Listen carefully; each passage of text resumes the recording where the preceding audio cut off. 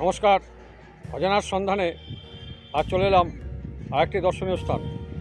এই দর্শনীয় স্থান পুরোটাই ঘুরে আপনাদের দেখাবো।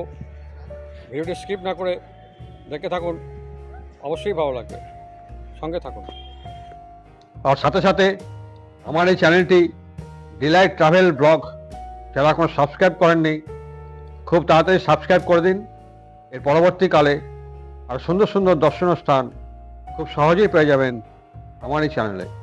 দেখতে থাকুন। এখন যেটি দেখছেন এটি জল মন্দির। এই জল মন্দির আপনাদের পুরোটাই ঘুরে দেখাবো।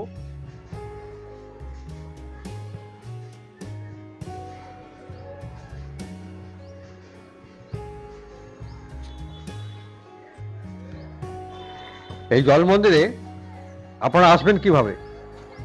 আপনারা হাওড়া থেকে কাটোয়া লোকাল ধরে নবদ্বীপ স্টেশনে নামুন। নবদ্বীপ স্টেশন থেকে টোটো পেয়ে যাবেন। এই টোটো 50 টাকা ভাড়া নেবে, এই জল মন্দিরে পৌঁছে দেবে। এই জল মন্দিরেই রাত্রে থাকার ব্যবস্থা আছে, যাত্রী নিবাস। এই যে ঘরগুলো দেখাচ্ছি এগুলো সব থাকার জায়গা। আপনারা বুক করে এখানে এসে থাকতে পারবেন এবং এখানে ভোগ প্রসাদ দেওয়ার ব্যবস্থা আছে। এটি জল মন্দিরের পাশেই একটি ছোট্ট ডিয়ার পার্ক। প্রচুর হরিণ এখানে ছাড়া আছে এবং এই হরিণগুলিকে আপনারা খাবার দিতে গেলে গেট থেকে 10 টাকা দিয়ে একটি খাবার নিয়ে নেবেন, তাহলে এই হরিণগুলোকে আপনারা খাবার দিতে পারবেন এবং এখানে হরিণগুলোর গায়ে খুব সুন্দরভাবে আপনারা হাত দিতে পারবেন। দেখতে থাকুন।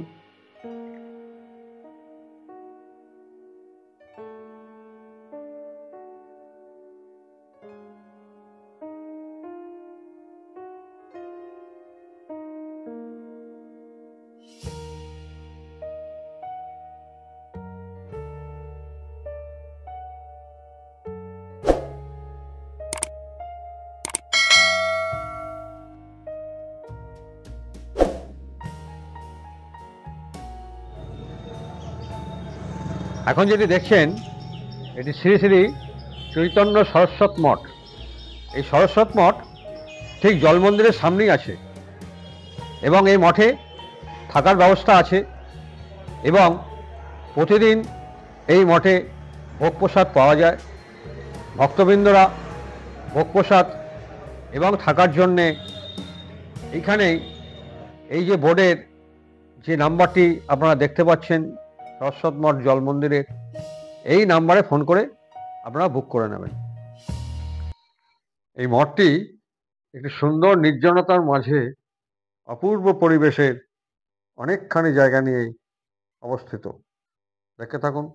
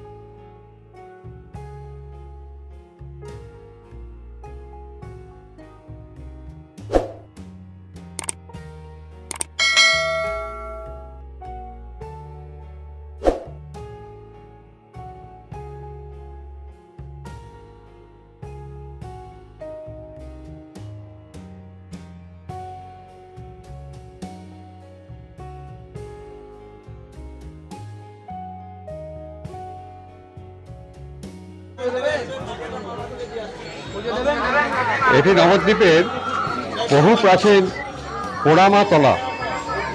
এই পোড়ামাতলায় আমাদের পুজো দেওয়ার জন্যে এর সামনেই এখানে ফুলের মালা এবং এখানেই আপনারা পুজোর সামগ্রী পাবেন। এই সামনেই দেখছেন 30 টাকা থেকে শুরু, এখান থেকে আপনারা পুজোর সামগ্রী নিয়ে পুজো দিতে পারবেন।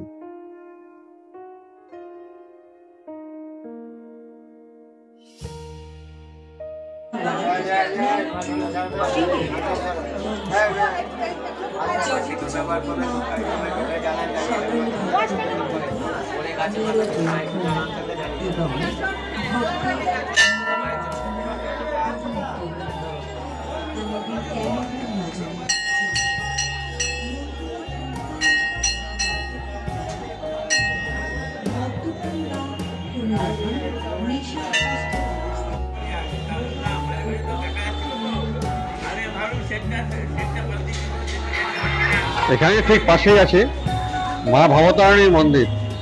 এই মন্দিরে আপনারা দর্শন করে নেবেন এবং এই পোড়ামাতলার মন্দিরটি সম্পূর্ণরূপে বটগাছ দিয়ে পুরো মন্দিরটিকে ঘিরে রেখেছে। খুব সুন্দর এই বটগাছের বৃক্ষর তলায় এই মন্দিরটি অবস্থিত।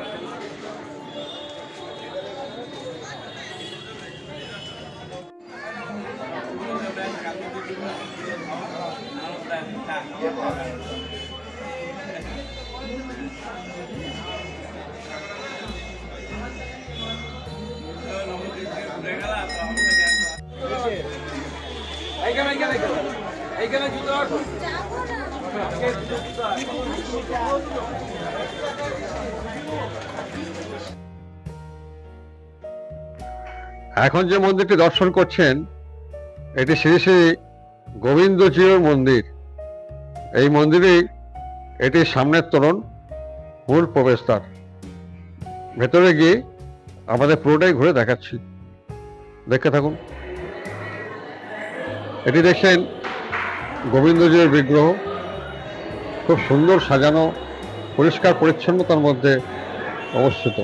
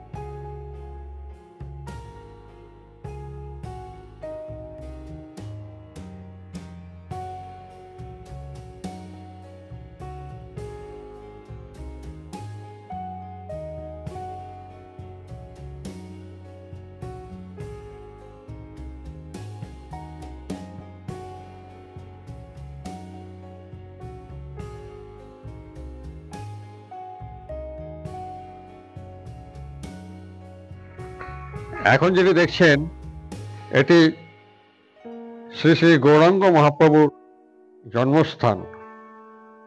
এই জন্মস্থানের এটি সামনের তোরণ এবং ভেতরে গিয়ে আপনাদের পুরো জন্মস্থানটাই ঘুরে দেখাবো, দেখতে থাকুন।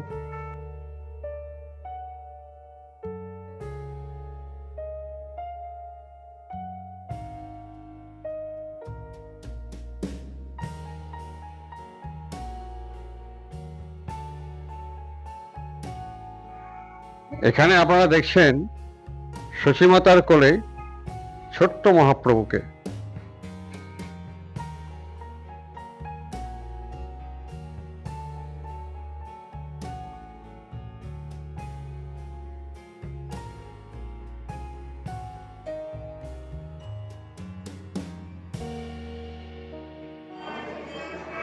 এখন মহাপ্রভুর বিগ্রহ দরজা বন্ধ আছে, যার জন্য দেখাতে পারলাম না, এবং বাইরেটা আপনাদের পুরোটাই ঘুরে দেখাচ্ছি।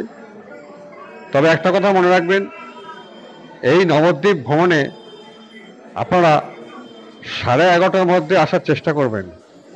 11:30 থেকে 12টার মধ্যে সমস্ত মন্দির এবং মঠ বন্ধ হয়ে যায়। এই যে সামনেই দেখছেন অনেকটা জায়গা নিয়ে মহাপ্রভুর এই জন্মস্থানটি অবস্থিত। খুব সুন্দর সাজানো, পরিষ্কার পরিচ্ছন্নতার মধ্যে এই জন্মস্থানটি অবস্থিত।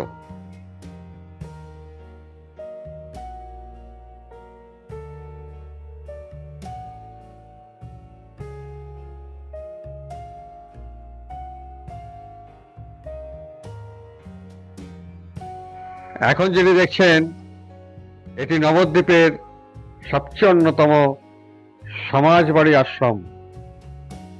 এই আশ্রমের বহু ভক্তের সমাগম হয় এবং এই আশ্রমের প্রতিদিন ভোগ প্রসাদ পাওয়ার ব্যবস্থা আছে।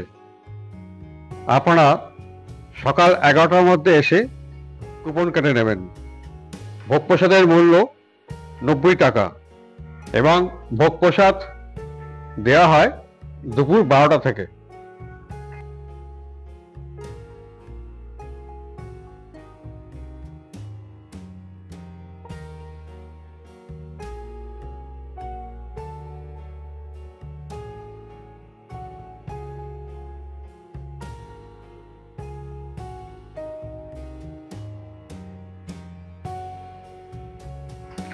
এটি এই সমাজবাড়ি আশ্রমের সামনের দিকের কিছুটা। খুব সুন্দর কারুকার্য, অসাধারণ, অপূর্ব সুন্দর লাগছে এই মন্দিরের কারুকার্য। এবং ভেতরে গিয়ে আপনাদের এই আশ্রমটি পুরোটাই ঘুরে দেখাবো, দেখতে থাকুন।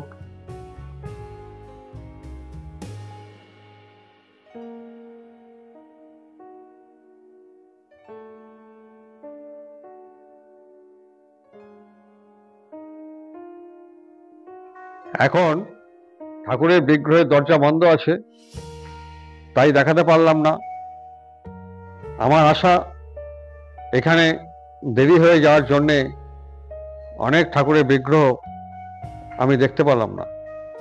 তো যাই হোক, আপনাদের আশ্রমটা ঘুরে দেখাচ্ছি। আপনারা 11টা থেকে 11:30টার মধ্যে এই আশ্রমে আসার চেষ্টা করবেন।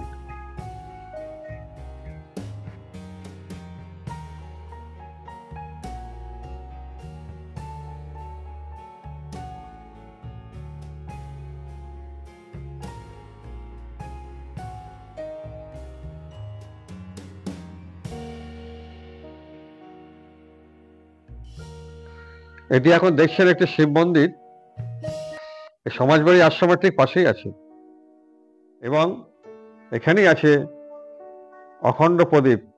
এই প্রদীপ সব সময় জ্বলে থাকে এবং এই মন্দিরটি বসন্ত মালতী বৃক্ষ দিয়ে, এই উপরে দেখছেন বসন্তী মালতী বৃক্ষ, পুরো মন্দিরটি ঘেরা। দেখে থাকুন।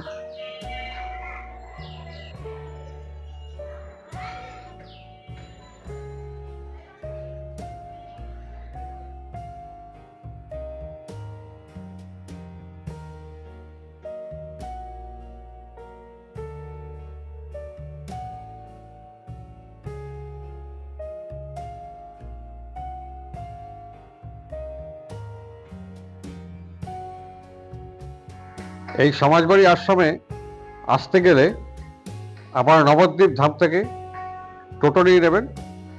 টোটো ভাড়া নেবে 20 টাকা, আপনাদের এই আশ্রমের গেটের সামনেই নামিয়ে দেবে।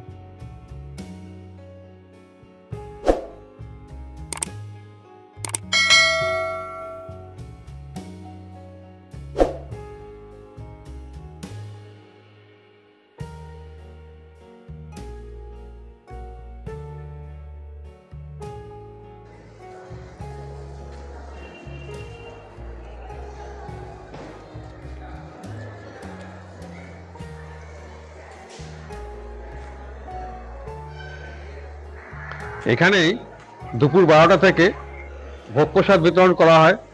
এই যে সামনেই দেখাচ্ছি যে ঘরটি, এখানেই ভক্তবৃন্দ ভোগ প্রসাদ খাওয়ানো হয়।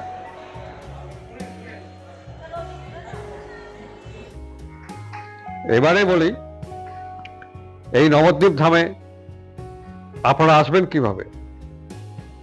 হাওড়া থেকে কাটোয়া লোকাল ধরে এই নবদ্বীপ ধামে নামুন, অথবা কাটোয়া থেকে এলে এই নবদ্বীপ ধামে নামুন। এবং এই নবদ্বীপ ধাম থেকে সামনেই যে 1 নম্বর প্ল্যাটফর্ম এই যে দেখাচ্ছি, এই 1 নম্বর প্ল্যাটফর্ম দিয়ে বেরিয়ে এসেই সামনেই আপনারা ওই দেখতে পাচ্ছেন টোটোগুলো দাঁড়িয়ে আছে, ওইখান থেকে আমাদের টোটো নিতে হবে। এই টোটো আমাদের রিজার্ভ করে গেলে 8টি স্পট আপনাদের ঘুরিয়ে দেখিয়ে দেবে, 300 টাকা নেবে। এখন যেটি দেখছেন এটি নবদ্বীপের মধ্যে আরেকটি অন্যতম স্থান, সোনার গৌরাঙ্গ মন্দির। এই সোনার গৌরাঙ্গ মন্দির ওই সামনে দেখছেন উপরে, ওই উপরে আছে। আস্তে আস্তে সিঁড়ি দিয়ে উপরে ওঠে আমি আপনাদের দেখাচ্ছি, এবং এই মন্দিরটি পুরোটাই আপনাদের ঘুরে দেখাচ্ছি, দেখতে থাকুন।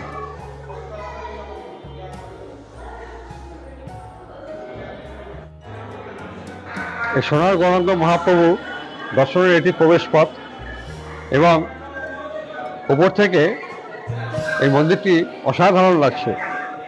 এবং নিচে থেকে 10 টাকা টিকিট কেটে আমরা মহাপ্রভু দর্শন করতে পারব। এবং মন্দির বন্ধ হয়ে যায় 12টা থেকে, আবার বিকেল 4টে থেকে খোলা থাকে। এখন সোনার গৌরাঙ্গ মহাপ্রভুকে আপনারা দর্শন করছেন, দেখতে থাকুন। আজ এই পর্যন্তই। আবার পরবর্তীকালে আবার সুন্দর কোনো দর্শনীয় স্থান নিয়ে আপনাদের সামনে হাজির হব। সবাই সুস্থ থাকুন, ভালো থাকুন। নমস্কার।